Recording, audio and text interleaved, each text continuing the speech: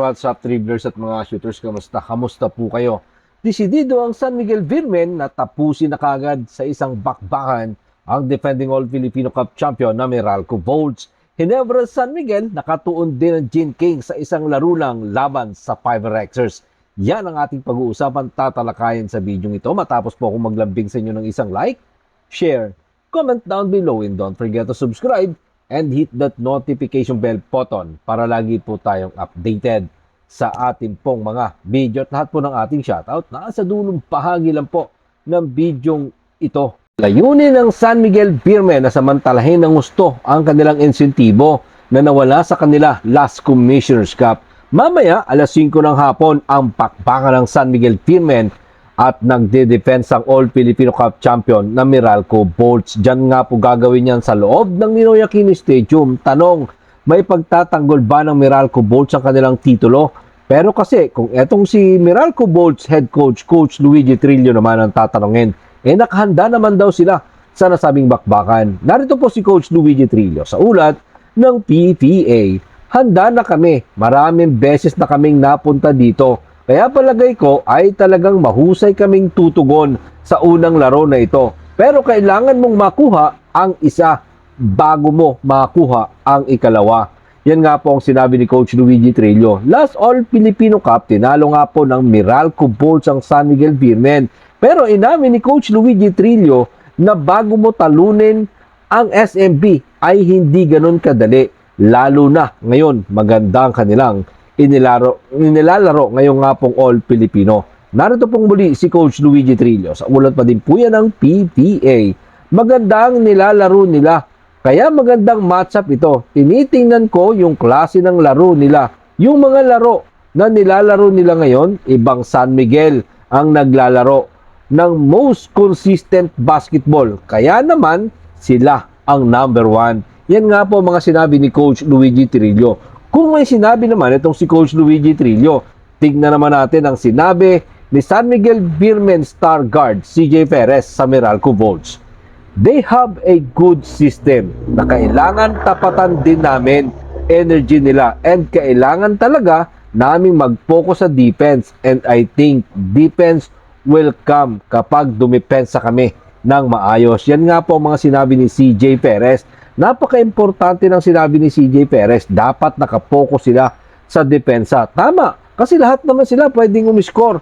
Need nilang maglatag ng isang matatag na depensa. Protecting the ball, running the transition, defense.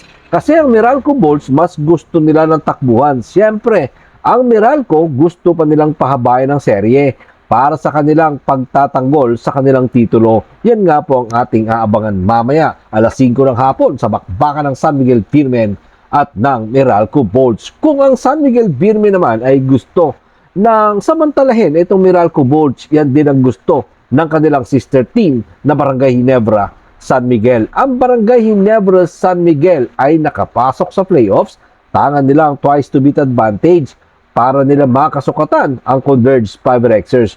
Kung gusto ng Gin Kings na makausad na sa susunod na round ng semifinals, kailangan talaga nilang lusutan ang Converge Fiver Xers na kanilang tinalo last May 10 dyan sa baluarte ng Converge Fiver Xers sa Pampanga. Matapos nilang talunin ito ng 19-point blowout. Katulad nga po ng natakil natin last video, ang concern ni Coach Tim Cone ay ang Converge Fiver Xers Twin Tower, sina Baltasar at si Arana. Kaya naman, sinabi nga po ni Coach Tim Cone na gusto nila ng isang laro lang. Narito po si Coach Tim Cone sa ulat ng PBA.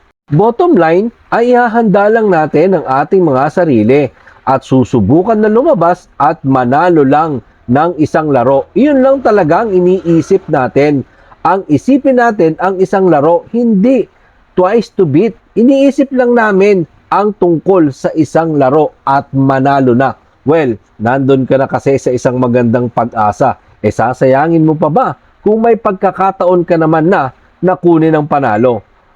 Talagang itong si Coach Tim Cone, mga shooters, iba rin mag-isip to. Knowing Coach Tim Cone, nakapag-practice yan, nakapaghanda yan, pinag-aralan niya yan. Pero still, mga shooters, bilog pa din ang bola. Hindi pwedeng magpakakumpiyansa dito ang Barangay Ginebra San Miguel. Hindi birong kalaban. to Converge Fiberxers. Lalo na nga, yung sinasabi ni Coach Tim Kuhn, yung twin tower ng Converge Fiberxers. Lalo na siguro kung hindi nawala dito, etong si Jordan Headings na pinagpalit kay Moon Williams na sinayang talaga ng Converge Fiberxers. Eto nga pong si Jordan Headings. Etong si Jordan Headings naman ngayon, medyo nangangapa pa dyan sa sistema ng talk and text tropang 5G ni Coach Chot Reyes. So let's see what happened mamaya sa bakbakang San Miguel Beermen versus Meralco Bolts, ang defending All-Filipino Cup. At siyempre ang second game, bakbakan ng Barangay Ginebra San Miguel at ng Converge Fiberxers. Maraming salamat po sa inyong panonood. Naman po ang inyong maging opinion. Diyan po natin yan pag-usapan sa comment section. Ingat and God bless everyone. Adjourn, pero katulad po ng ating nakagawian, bago po natin tapusin ang ating video, shoutout po kina